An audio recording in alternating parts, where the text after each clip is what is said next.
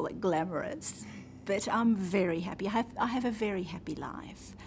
I'm a mother, I'm a wife, and I run a global business from an office that's located right here in Sydney. And if you call that a glamorous life, then it is. I don't think I've changed as a person. Money doesn't change people, I don't think, in my opinion. I'm still the same woman. I'm still a mother. I'm still a daughter. I'm still a wife. Yes, I may have created some wealth, and that's what business is all about. But it is about, for me, it's about how do you live your life now? What do you want to do with that wealth? How are you going to empower your children? How do you see them live their lives?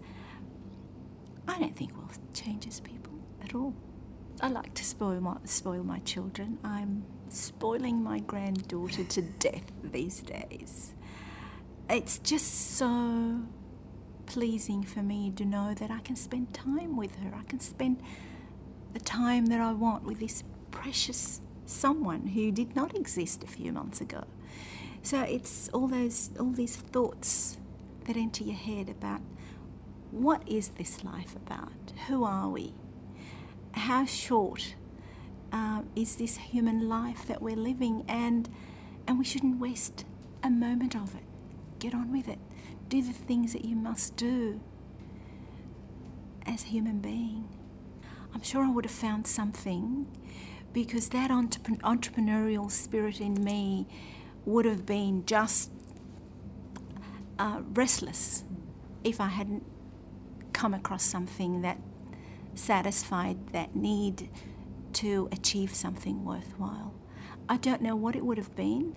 When I was young, I always came up with ideas, and I shared them with my father, who was very reluctant to do anything, and this is too hard, this is not for women, you'll never make it. But I was always looking at something that would help me achieve that desire, and when NADS presented itself to me, I thought, yes, this is it. My daughters are like friends. They never, to be honest, I've never seen them fight.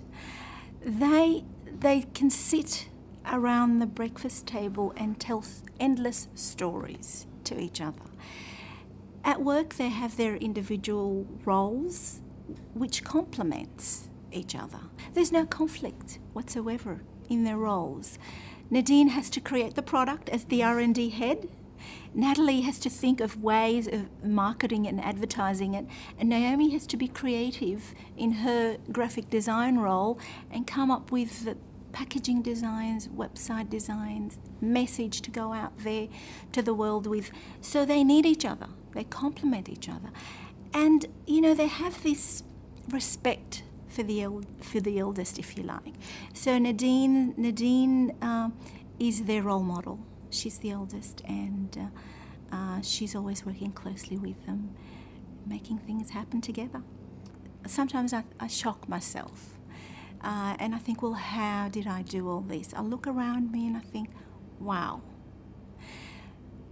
But you don't do it all in one hit. You do it bit by bit.